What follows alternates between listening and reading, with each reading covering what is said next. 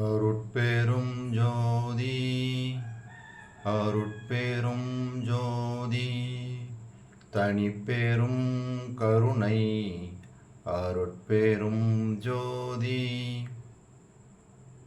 எல்லாம் செயல் கூடும் என் ஆணை அம்பலத்தே எல்லாம் வல்லான் தனையே ஏத்து. ஓம் ஸ்ரீ ராமலிங்காபயம். ஓம் ஸ்ரீ ராமலிங்காபயம். ஓம் ஸ்ரீ ராமலிங்காபயம். எல்லோருக்கும் வணக்கம். இது எனது யூடியூப் சேனலான எல்லாம் செயல்கூடும் வள்ளலார். நான் வள்ளலார் முத்து பேசுகிறேன். இன்றைய பதிவில் நாம் பிறப்பவம் பொறாது பேதுறல் என்ற தலைப்பின் கீழ் வரும் 6வது பாடலுக்கான விளக்கத்தை பார்க்க இருக்கின்றோம். முதலில் நான் பாடல் வரிகளை படிக்கிறேன், பின்பு விளக்கத்தை பார்ப்போம். அரசர் எல்லாம் மதித்திட பேராசையிலே அரசோடு ஆள் எனவே மிக கிளைத்தேன். அருளறியா கடையேன் புரசமரம் போல் பருத்தேன். எட்டி என தலைத்தேன். புங்கெனவும் புலியெனவும் மங்கி உதிர்கின்றேன். பரசும் வகை தெரிந்துகொளேன் தெரிந்தாரை பணியேன். பசையறியா கருங்கல்லைப் போல மனப்பாவிகளில் சிறந்தேன். விரசு நிலத்து ஏன் பிறந்தேன் நின் கருத்தை அறிகிலேன். வியக்குமணி மன்றோங்கி விலங்கு பரம்பொருளே. அதாவது இதான் இந்த 6வது பாடல். இதுக்கு விளக்கம் என்னன்னு பார்ப்போம்.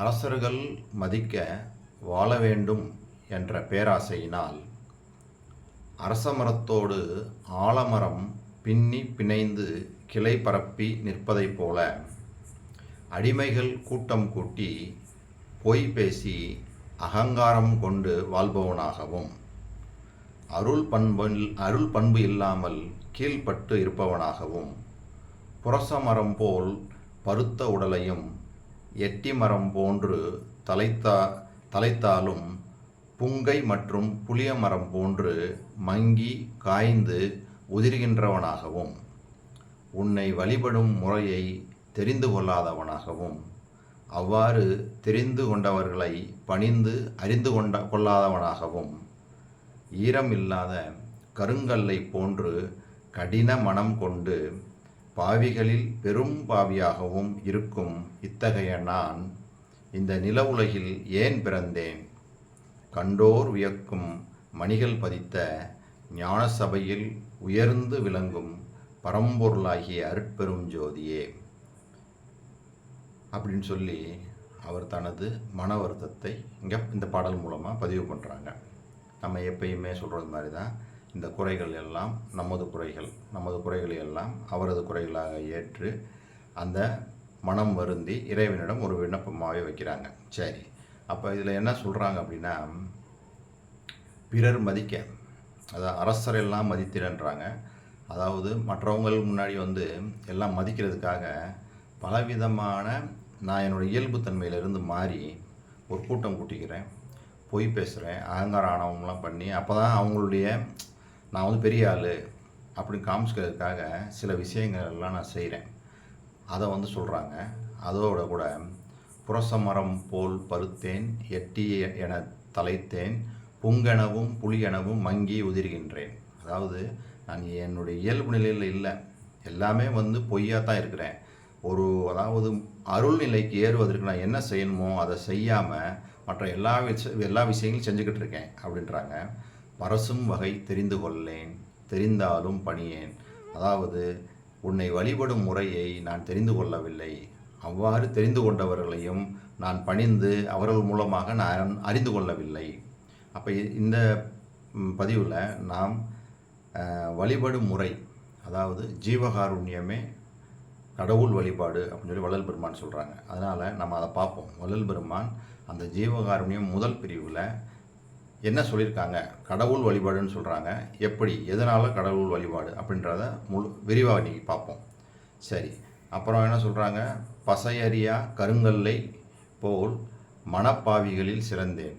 அதாவது கருங்கல் போல் கடின மனம் கொண்டவனாக இருக்கிறேன், பாவிகளிலெல்லாம் கொடும்பாவியாக இருக்கேன் அப்படின்ற மாதிரிலாம் சொல்கிறாங்க.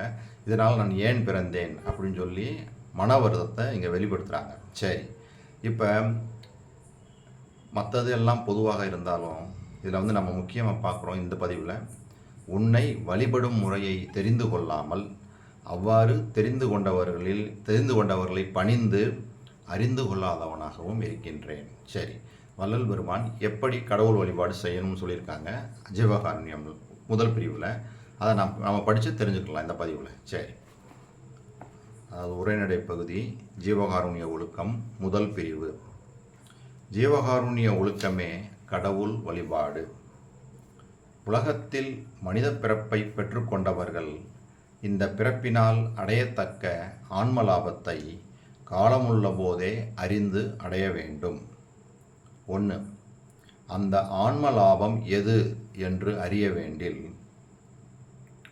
எல்லா அண்டங்களையும், எல்லா புவனங்களையும், எல்லா பொருள்களையும், எல்லா ஜீவர்களையும், எல்லா ஒழுக்கங்களையும், எல்லா பயன்களையும் தமது பூரண இயற்கை விளக்கமாகிய அருட்சக்தியால் தோன்றி விளங்க விளக்கம் செய்விக்கின்ற இயற்கை உண்மை வடிவினராகிய கடவுளின் பூரண இயற்கை இன்பத்தை பெற்று எக்காலத்தும் எவ்விடத்தும் எவ்விதத்தும் எவ்வளவும் தடைபடாமல் வாழ்கின்ற ஒப்பற்ற பெரிய வாழ்வே இந்த மனித பிறப்பினால் அடையத்தக்க ஆன்ம லாபம் என்று அறிய வேண்டும்.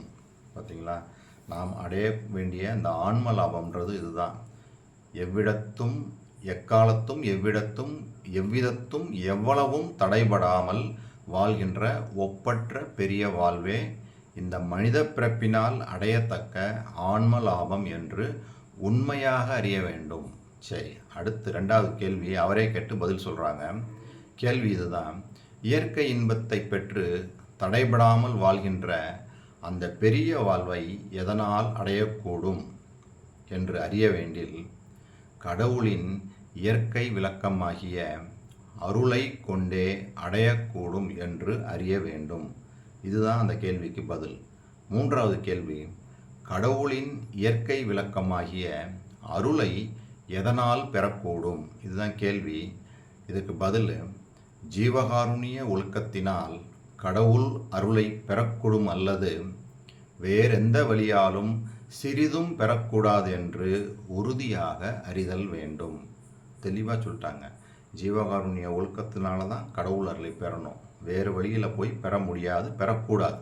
சரி, 4வது கேள்வி, கடவுள் அருளை ஜீவகாருண்ய ஒழுக்கத்தினால் பெறக்கூடும் அல்லது வேறு எந்த வழியாலும் பெறக்கூடாது என்பது எப்படி அப்படின்னு கேட்டு அவரே அதுக்கு பதில், அருள் என்பது கடவுள் தயவு, கடவுள் இயற்கை விளக்கம். ஜீவகாருண்யம் என்பது ஜீவர்கள் தயவு, ஜீவர்கள் ஆன்ம இயற்கை விளக்கம். இதனால் தயவை கொண்டு தயவை பெறுதலும் விளக்கத்தை கொண்டு விளக்கத்தை பெறுதலும் கூடும். வேறொன்றினால் பெறக்கூடாமை அனுபவமாகலின் ஜீவகாருண்யத்தை கொண்டு அருளை பெறுதல் கூடும். வேறொன்றினாலும் பெறக்கூடாமை நிச்சயம். இதற்கு வேறு பிரமாணம் வேண்டாம் என்று அறிய வேண்டும்.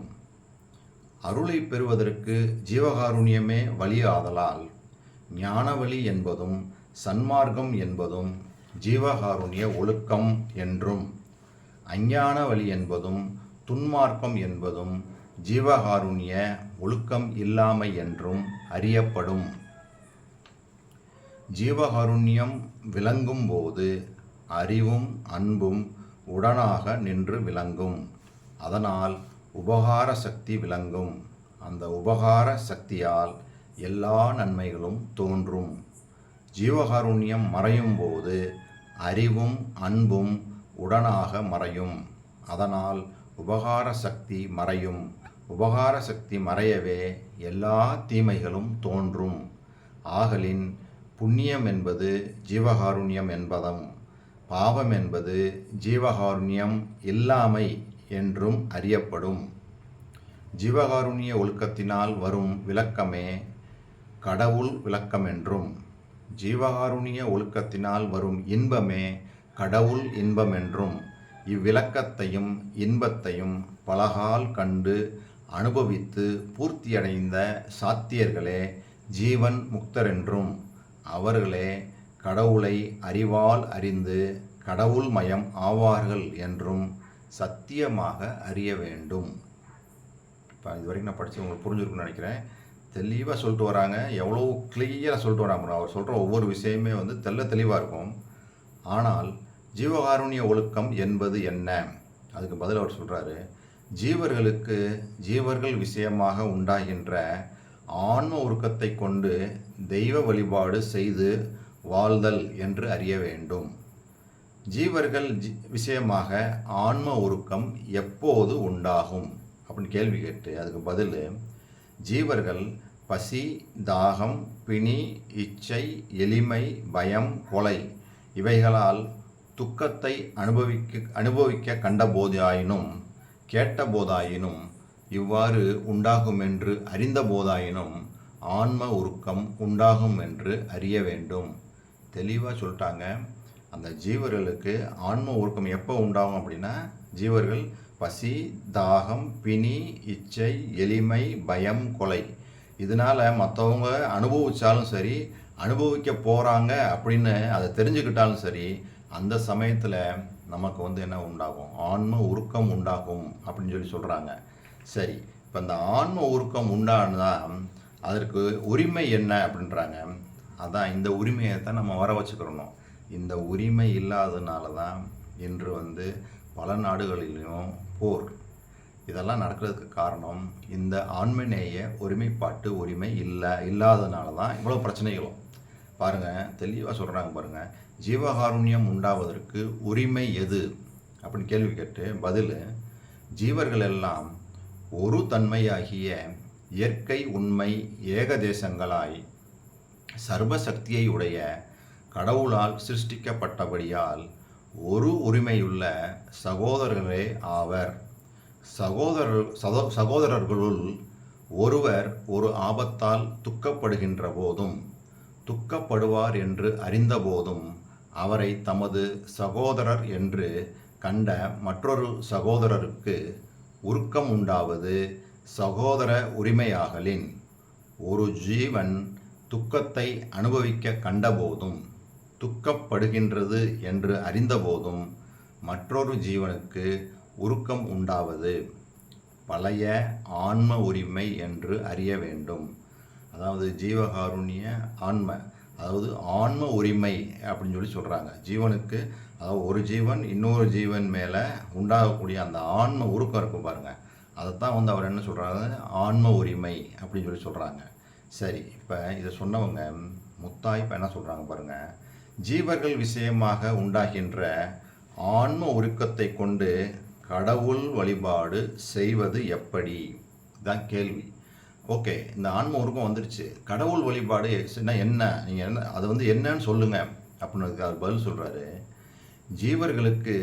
ஜீவர்கள் விஷயமாக ஆன்ம உருக்கம் காருண்யம் உண்டாக அந்த ஆன்மாவின் உள்ளிருக்கின்ற கடவுள் விளக்கமாகிய அருள் வெளிப்பட்டு பூரணமாக விளங்கும். அத்திருவருள் விளங்கவே கடவுள் இன்பம் அனுபவமாகி பூரணமாகும். அனுபவம் பூரணமாதலே கடவுள் வழிபாடு என்று அறிய வேண்டும். பாருங்க, அப்போ இங்கே என்ன சொல்கிறாங்க? உன்னை வழிபடும் முறையை தெரிந்து கொள்ளாமலும் அவ்வாறு தெரிந்து கொண்டவர்களை பணிந்து அறிந்து கொள்ளாதவனாகவும் இருக்கின்றேன். அப்போ கடவுள் வழிபாடு அப்படின்றது வந்து நம்ம என்னது தெரிந்து கொள்ளணும். எப்படி, எது கடவுள் வழிபாடுன்னு சொல்கிறாங்க?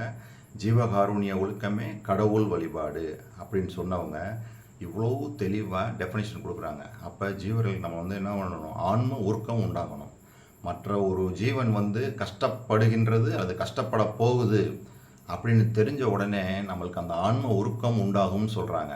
அந்த ஆன்ம உருக்கம் உண்டாகும்போது அந்த காருண்யம் உண்டாக அந்த ஆன்மாவின் உள் இருக்கின்ற கடவுள் விளக்கமாகிய அருள் வெளிப்பட்டு பூரணமாக விளங்கும். அப்போ அந்த கடவுள் அருள் வந்து அந்த உள் இருக்கிற கடவுள் அருள் பூரணமாக வெளிப்பட்டு விளங்கும் அப்படின்றாங்க. அத்திருவருள் விளங்கவே கடவுள் இன்பம் அனுபவமாகி பூரணமாகும். இவ் அனுபவம் பூரணமாதலே கடவுள் வழிபாடு என்று அறிய வேண்டும். பாருங்கள் எவ்வளோ தெளிவாக ஜீவகாருண்யம்னா என்ன, ஜீவகாருண்யம் எப்படி உண்டாகுது, அது உண்டாகும்போது என்ன நடக்குது, அப்போ கடவுள் வழிபாடு அப்படின்னா என்னன்னு வள்ளல் பெருமான் தெளிவாக இந்த இடத்துல இந்த ஜீவகாருண்யம் முதல் பிரிவில் சொல்லியிருக்கிறாங்க. அதைத்தான் இப்போ நான் உங்களுக்கு முழுசாகவே படித்து காமிச்சிட்டேன். அப்போ இதை நம்ம தெரிஞ்சுக்கிட்டோம். இப்போ இன்றைக்கி நம்ம மிக தெளிவாகிட்டோம். ஜீவகாருண்ய ஒழுக்கமே கடவுள் வழிபாடு. அப்போ நம்ம என்ன பண்ணணும், எதிர்ப்பட்ட ஜீவர்களுக்கு இந்த இந்த அவஸ்தைகள் படும்போது, என்ன மாதிரி அவஸ்தைகள் படும்போது, அதாவது நம்ம படித்தோம்ல, அதாவது ஒரு நிமிஷம் அந்த அவஸ்தைகளை சொல்லிடுறேன்.